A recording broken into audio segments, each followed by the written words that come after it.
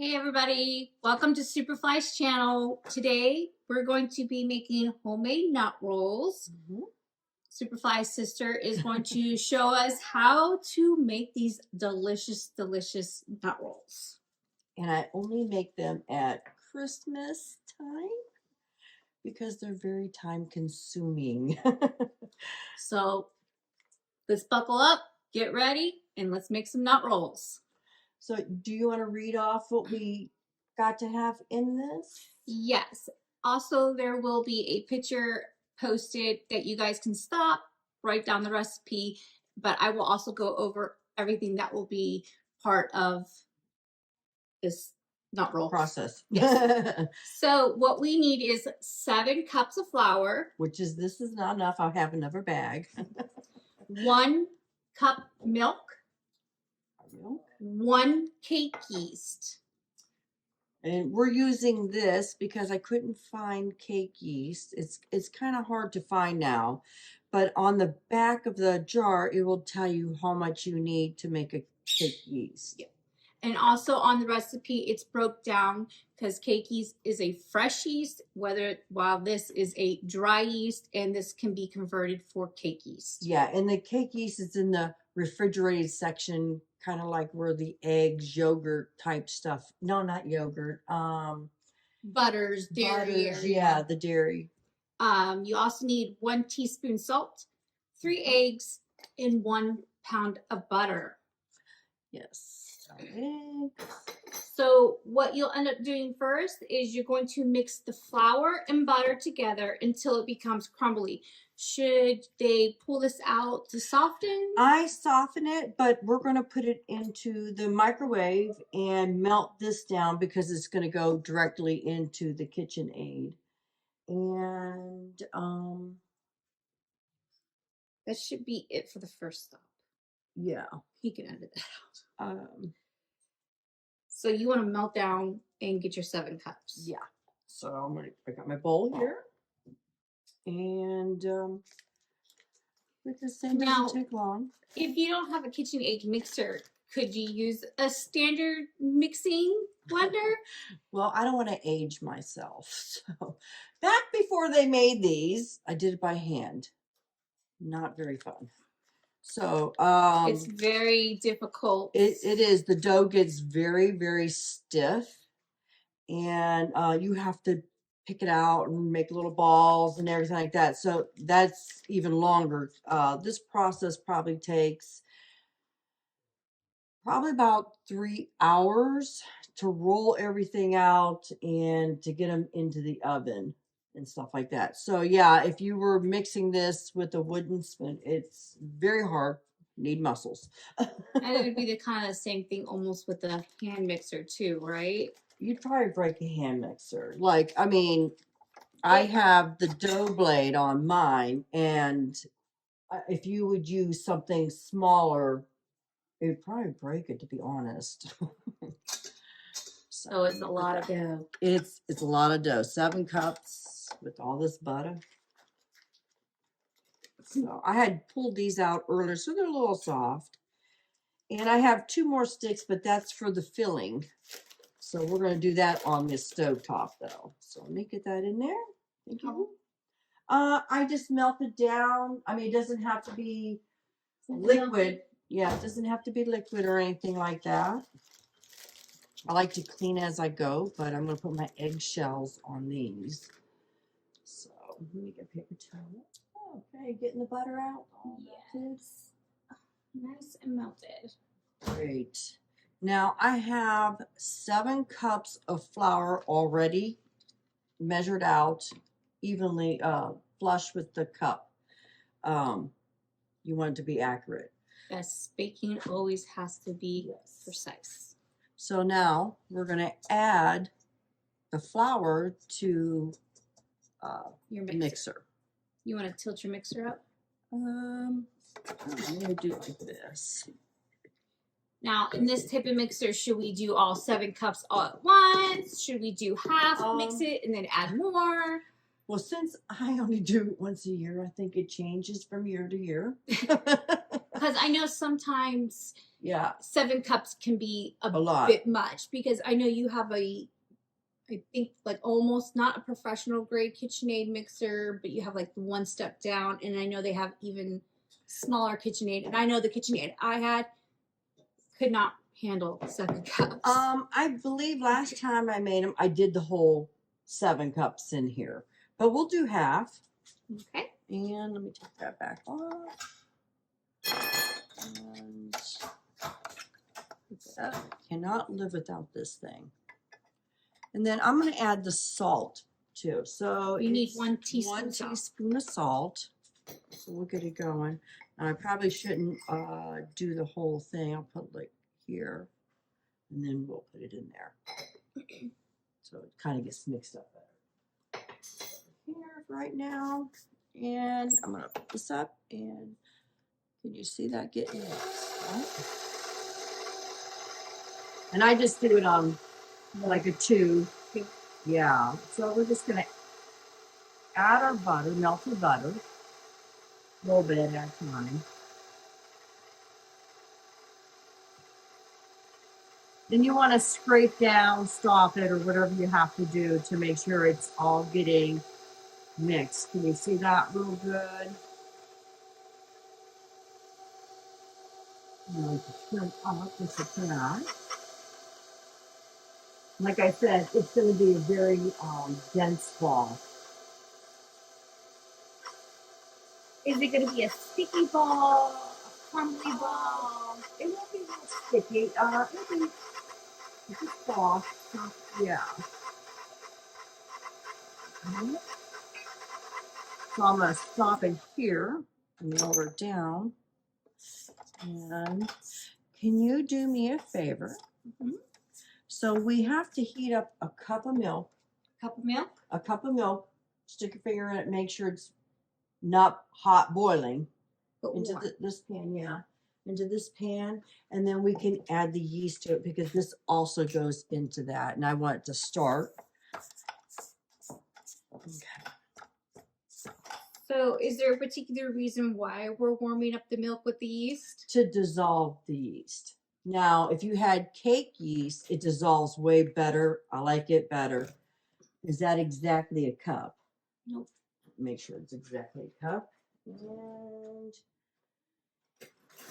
with the instant yeast, it takes a little bit longer. Sometimes you get clumps, but don't worry about that, because it will all get mixed up and dissolved in that. I think a little bit more. No, it's right there. Okay. It's there. I'll let you have that. So when this gets warm, we're going to do the 2 1/4 teaspoons in there. Okay. And you want to stir it, but you have to make sure that's warm. Okay.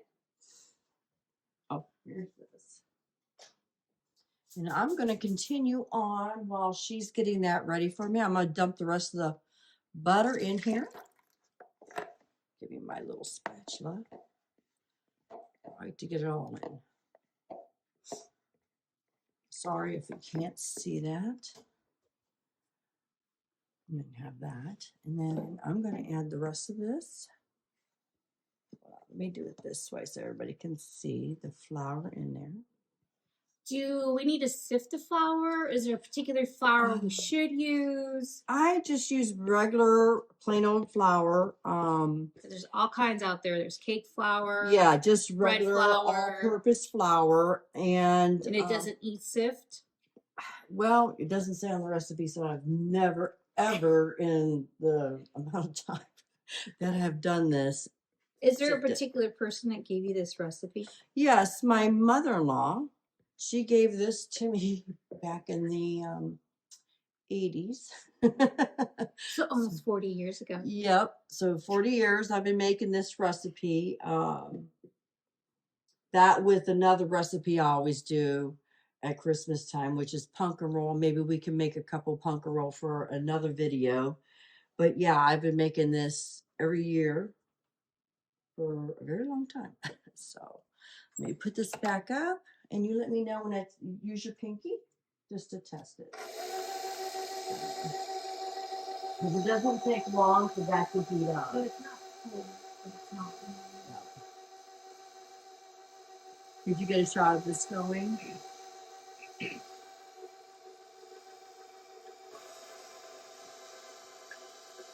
I can also turn it. Maybe if I do it this way. You can see it's starting to get crumbly.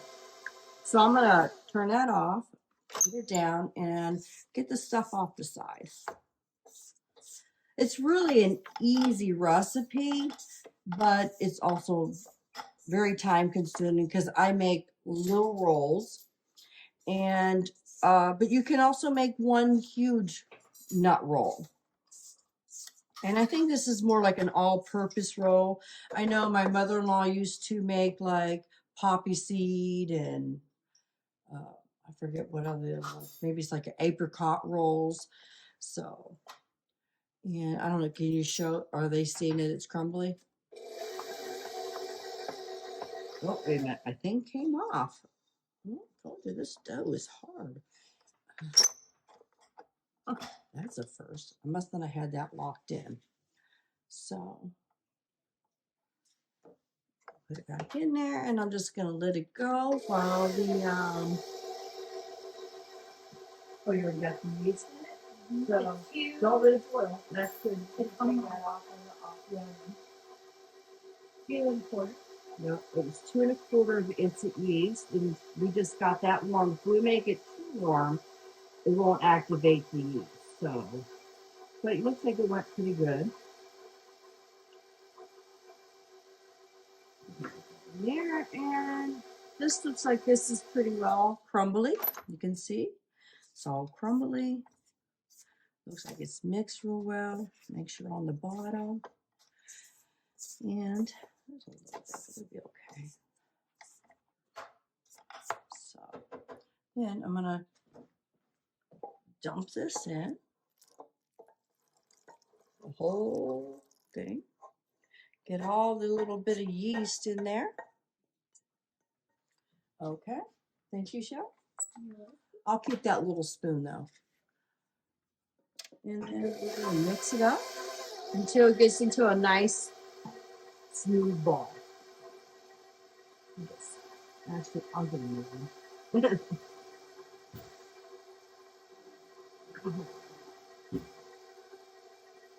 This is gonna go. And trust me, doing this without this is a workout for sure. And this will start going into a nice big round ball. So you'll know. And it smells good. It smells real good. But let me stop it real quick. Oh, wrong way. It smells like yeast. Mm-hmm. It smells good. Get this extra that's on the side. Push down. And you can see it's starting to come together already. See. I think this was the best gift I ever bought myself.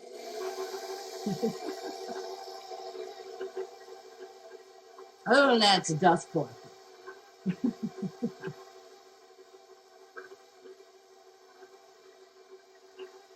I'm not used to doing it this way. I'm used to having it facing me. Yeah. Okay, so you can see that after mixing everything, it's starting to form its ball size. Starting to all come together versus all spread out in the ball. And you can see it's looking pretty good, right? So we're going to turn it off. It doesn't have to necessarily look like a ball, but we want it to be all together. Combined well. So we don't need this no more, Shell. And you can see that's what it looks like. It's not sticky, but it is greasy from all the butter. And it comes together real nice. Kind of a hard ball. Now I'm going to cover it with a tea towel so that it stays, doesn't get dried out. So we want to keep it moist. Keep it moist. Okay, so we're getting ready to do the filling now. We're going to put 2 sticks of butter,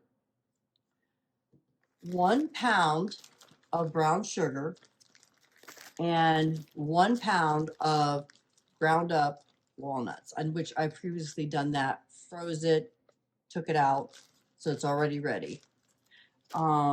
You can only You can do just a half a pound of brown sugar if you don't want them so sweet, but we like them sweet. Yes. So on the recipe card, it will say half a pound to a pound of brown sugar, but that is a choice that you can make. Obviously, the less sugar, the less sweet. The more sugar, the more sweet. Yes. So we have to put 2 sticks into the pot, and we're going to heat that up and melt it. And while she melts down the butter, we're going to weigh out a pound of brown sugar and a pound of walnuts. Because you want to, after your butter melts, you want to add the brown sugar and incorporate it real good. So let me get my measuring. So I know at the store you can buy already chopped walnuts.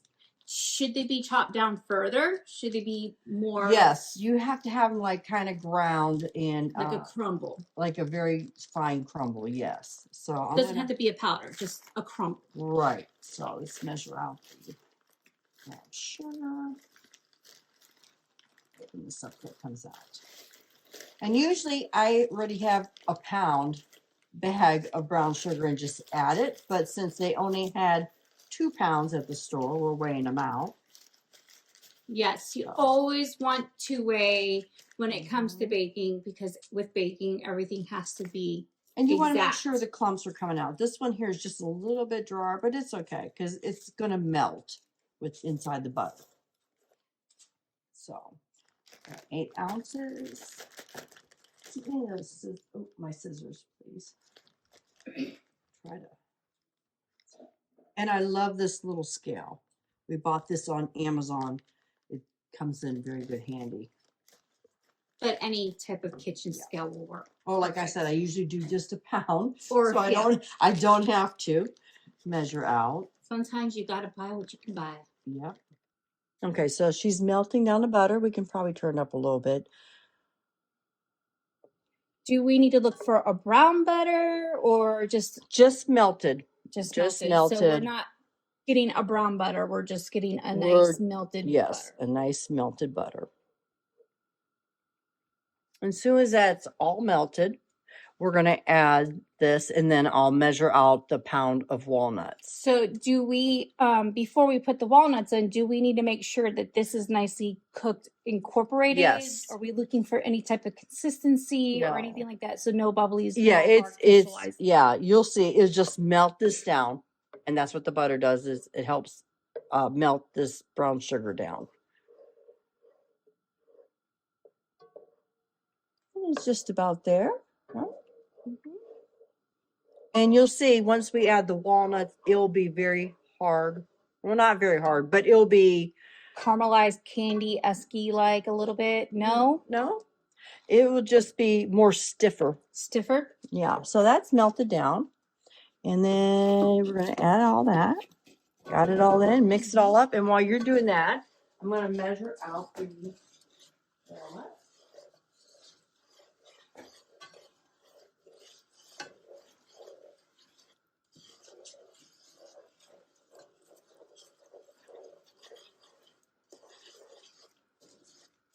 Should we make sure there's no clumps in this? Yeah, I'm going to try it out as much as you can. Okay.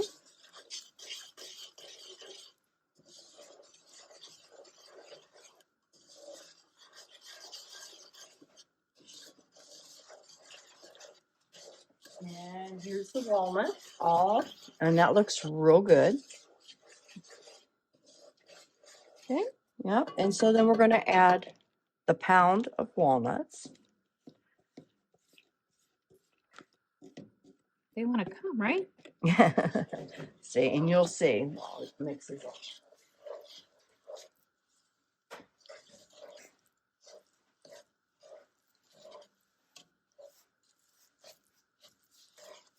How's it looking? Clumpy. Clumpy? Let me see. I mean, nicely. You love the nut roll, so this is good practice for you. Yeah, you just want it all wet. May I see a spoon? Hold on, I was just going to take off what's on the spoon so we can get That's it off. okay. It's okay. We can actually turn off the stove. We got our official sniffer over here. Yeah, she knows we're cooking. And you can see Official sniffer. 2 of our 5 dogs. You can see it's still kind of runny. But we want that because we're going to smooth it on to the So you want it almost paste-like in a sense. Yeah. You don't want it hard. You No. don't want it. And we're going to take it off the oven. Okay, so we have the mixed nuts, the inside, the filling, all done and ready. We have our dough, and we have sugar. Now the sugar, for the purpose for the sugar is we're going to roll the dough in it, and we'll sprinkle sugar on top of each nut roll. And I don't have my oven preheated because I pre-make all of them and bake them all at one time. So after we put them into the oven, after I'm done putting all the nut rolls on the tray to bake, we'll turn on the oven to start when I get to the last bit tray. And on the cookie trays, I put parchment paper, easy cleanup, so that you don't got burnt sugar and everything. Right, like that. it'll make it kind of harder to get off.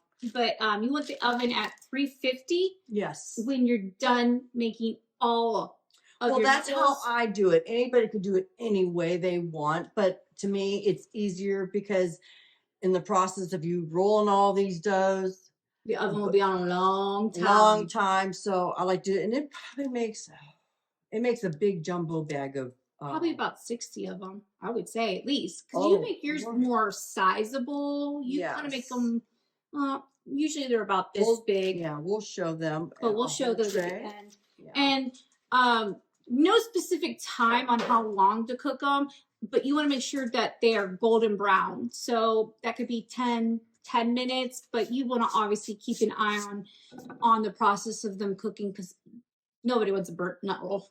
No, I like to make sure that they're nicer brown on the bottom. I mean, we do have nut rolls in our refrigerator freezer, but those seem to disappear really, really quick. And they freeze really well, yes. too. And I usually do all this in October, really, to do my pumpkin roll and my nut rolls because they do freeze very, very well. They come out. We sometimes just pull them out of the freezer and eat them cold. That's the best way, actually. Yeah. Well, the pumpkin roll you have to kind of let thaw a little bit, but they when it's nice icy cold, it's good. It's almost like a I don't even know what to say. Like a nice, like just cold, icy cake type treat. It's so good. I don't know. I like it better than it when it's softer because it's not mushy, but it gets mushy-ish. Yeah. But go ahead. Okay, so then I'm just going to put some sugar down. Now, I used to just roll one at a time. And there's no specific size. I go by feel. And you can always roll out and see how big you want it. Do they have to do individuals? Could No, they just do one big roll? They can do actually one big roll.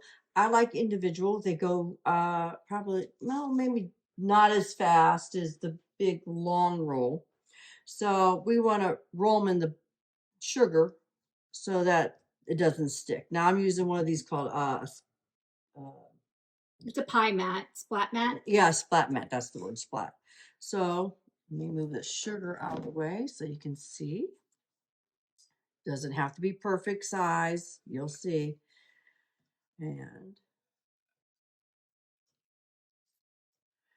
like I said, I remember one year I made these for my husband's Christmas party, and I tried to do it this way, but it's very, very time consuming. But my daughter was also a lot younger then, so after probably about a dozen or so of these, I was just like, all right, we're gonna do a big nut roll because I just didn't have the time to sit here and do individuals.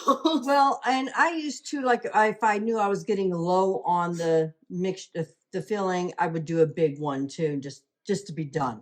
Because you're like, I'm done. Now, how much mixture should we put in each of these rolls? Okay, now I do it by eyeballing it. I try not to put too much in because if you put too much, when they're baking, all the goodness goes outside the nut roll.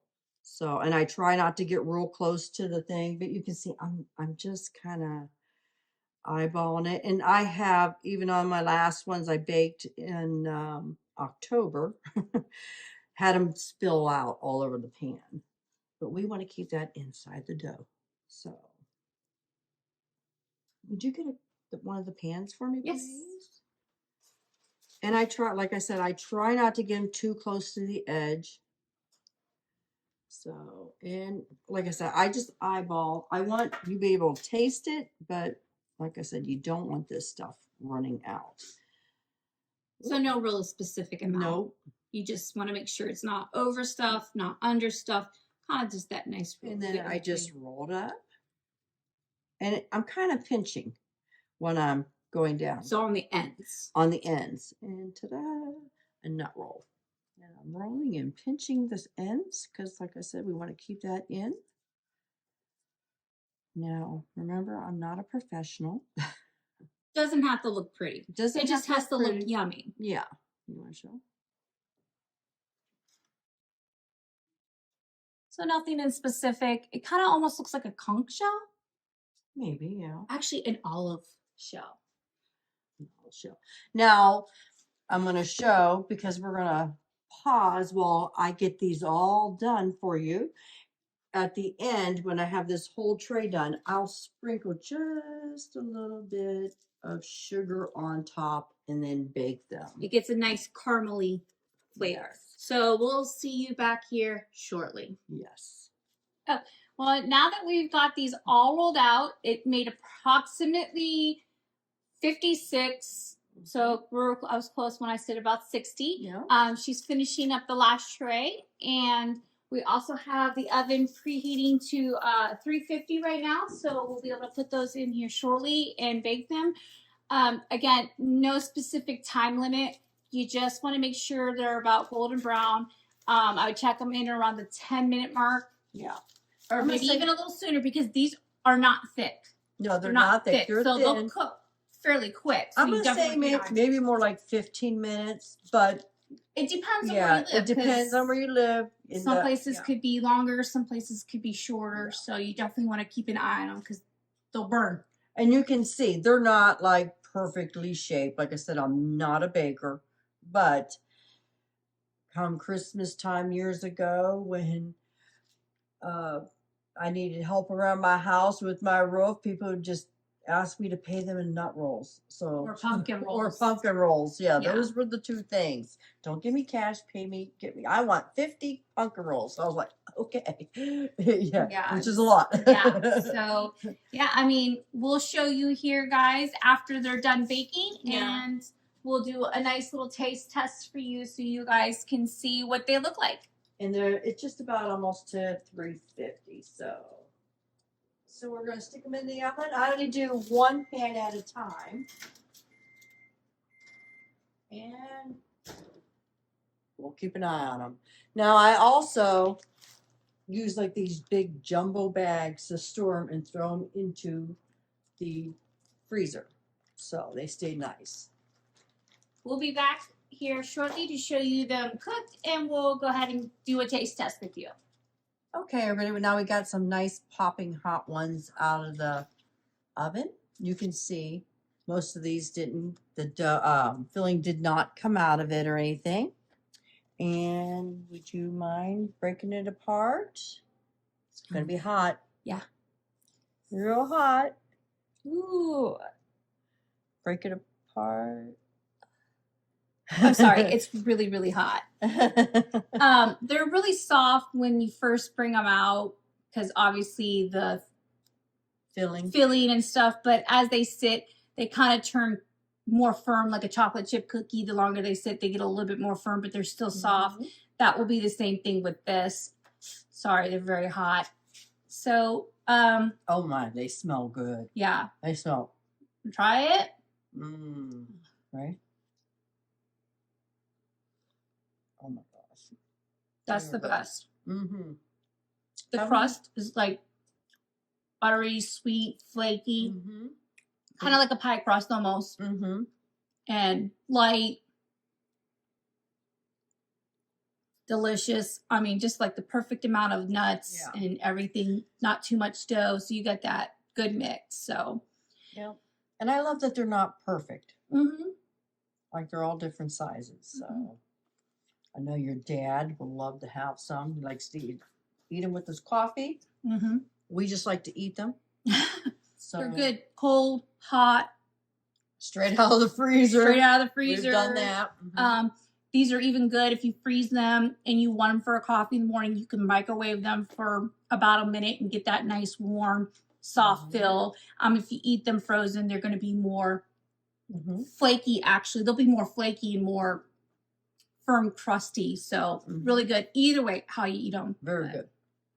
We want to thank you guys for joining us today and watching my mom make nut rolls that she's been making for a very long time. We won't say how long, but we hope you enjoyed this, and we would like you guys to like and subscribe to SuperFly's channel, and we hope to see you all again soon. Yeah. Bye. Thank you. Bye. Merry Christmas. Merry Christmas.